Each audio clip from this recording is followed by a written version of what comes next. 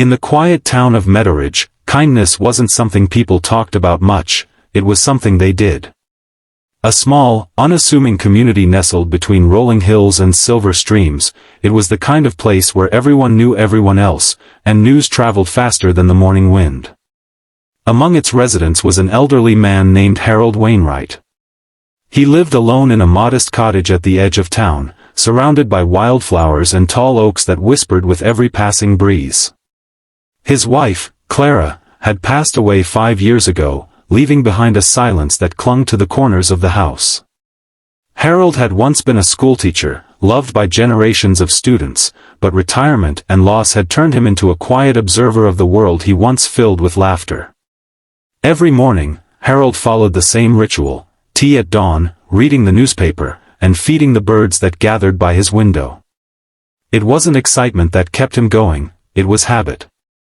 He rarely spoke to anyone except the grocer or the mailman, and though people waved as they passed his gate, Harold only nodded in return, his eyes gentle but distant. One brisk autumn morning, Harold noticed a young woman sitting on the bench outside the old post office. Her hair was tucked beneath a faded wool hat, and beside her sat a small cardboard box, worn and taped around the edges.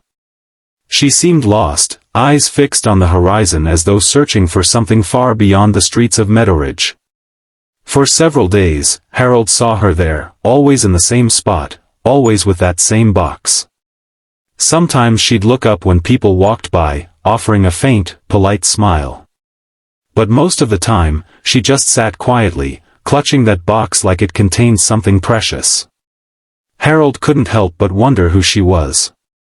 The town was small enough that strangers stood out, and he hadn't seen her before.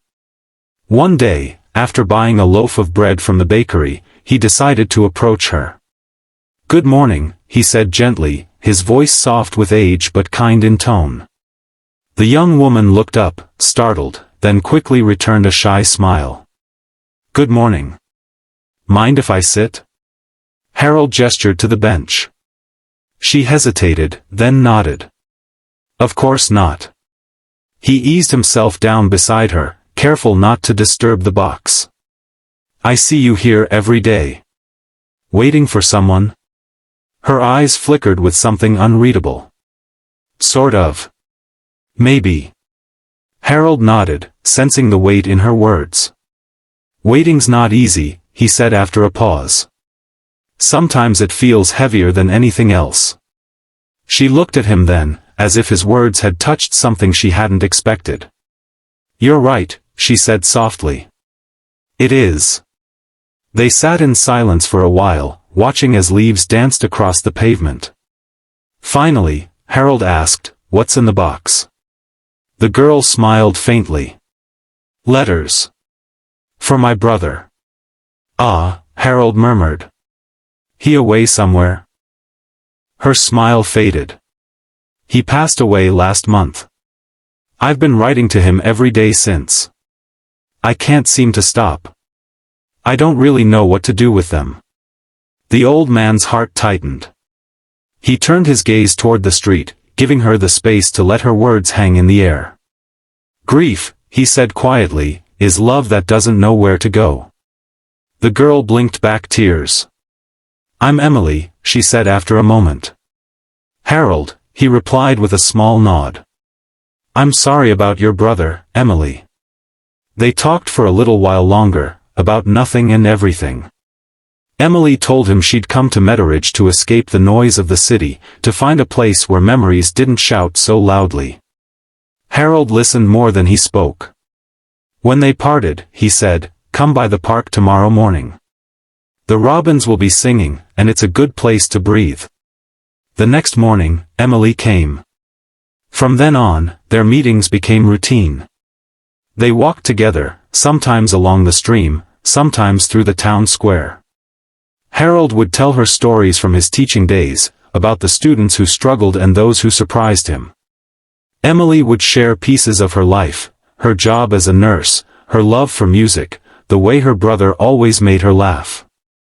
Slowly, their silences grew comfortable, filled not with sorrow but with quiet understanding. One afternoon, as the first snow of winter began to fall, Emily brought the box with her.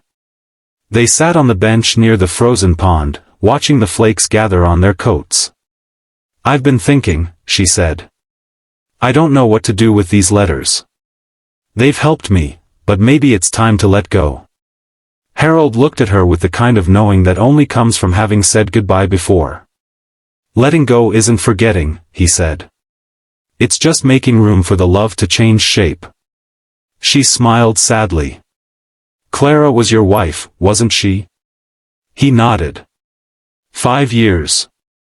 Feels like yesterday and a lifetime all at once.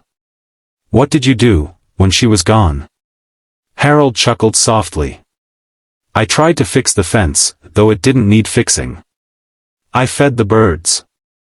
I read the same book 3 times because I couldn't remember the ending. I kept the kettle warm just in case she came home cold." Emily's eyes glistened. "That sounds lonely." It was, Harold admitted. "But one morning, a robin landed on my windowsill and started singing so loud I couldn't ignore it. It reminded me that the world goes on singing, even when our hearts don't want to listen. So I listened. And little by little, I started hearing life again." That night, Emily couldn't sleep. She thought of Harold's words, "The world goes on singing." She got up, opened her box of letters, and read through a few. Then she took out a pen and wrote one last note. The next morning, Harold found her standing by the river. The air was crisp, the water glimmering under the pale sun. Emily smiled when she saw him. "I think I'm ready," she said. Together, they knelt by the water. Emily opened the box, revealing neatly folded letters tied with a ribbon. One by one, she released them into the stream. The paper floated away, dancing like pale petals, carried gently by the current. Harold placed a comforting hand on her shoulder. "He'd be proud of you," he said softly. Tears ran down Emily's cheeks, but there was peace in her expression. "Thank you, Harold," she whispered. "For what?" "For listening. For being here. For everything." He smiled. "Sometimes, the kindest thing we can do is simply show up." From that day on, Emily's visits to the bench changed. She still came, but not out of grief.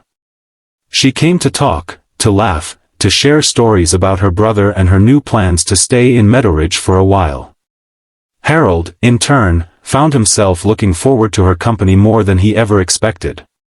Winter deepened, and with it came the holidays. Emily noticed Harold's house always looked the same, quiet, no lights, no decorations. So one evening, she showed up at his door with a small box of her own. "What's this?" Harold asked, eyebrows raised. "A little something for your tree," she said, holding out a simple glass ornament shaped like a bird. Inside was a small feather. "For Clara," she added gently. Harold's eyes misted. "It's beautiful," he whispered. "You didn't have to." "I know," Emily said with a smile. "But sometimes kindness doesn't need a reason." That night, Harold placed the ornament on the small tree by his window. When the light caught it, the feather shimmered softly, like a memory taking flight. For the first time in years, he felt warmth in the stillness. Months passed, and Meadowridge began to bloom again. Spring painted the fields with color, and the air was filled with birdsong. Harold and Emily continued their walks, their conversation stretching between laughter and quiet reflection. One morning, Emily told Harold she'd decided to apply for a position at the local clinic. "It feels right," she said. "Like I've found somewhere I belong." Harold smiled proudly. "That's wonderful news. And it's thanks to you," she added. "You helped me find my way back." He shook his head gently. "No, Emily. You just needed someone to walk beside you until you could see the path again." As time went on, Emily became a familiar face in Meadowridge. People admired her kindness, the way she cared for patients, remembered names, and left handwritten notes of encouragement for anyone who needed them. What most never knew was that her strength had been rekindled by an old man who'd once thought his purpose had faded. Years later, when Harold's health began to wane, Emily visited him often. She brought tea, read aloud from his favorite books, and filled his little house with warmth once more. On his last spring morning, the robins sang louder than ever outside his window. Harold smiled faintly, eyes fixed on the light spilling through the curtains. "Thank you," he whispered, "for reminding me that kindness never really ends." Emily took his hand and squeezed it gently. "You gave me that kindness first," she said. "You showed me what it means to care without asking for anything back." After Harold passed, the town gathered to honor him. Emily spoke at the service, her voice steady but full of emotion. "Harold taught me that love doesn't always need words. Sometimes it's in a gesture, a shared silence, a warm cup of tea, a simple act of showing up. He gave me the strength to keep going, to believe in people again." In the years that followed, Meadowridge planted a bench in Harold's memory, overlooking the same river where Emily had let her letters go. A small plaque beneath it read, "A gesture beyond words is never forgotten." And every spring, when the robins returned and sang their bright songs over the water, Emily would sit on that bench, smiling through tears.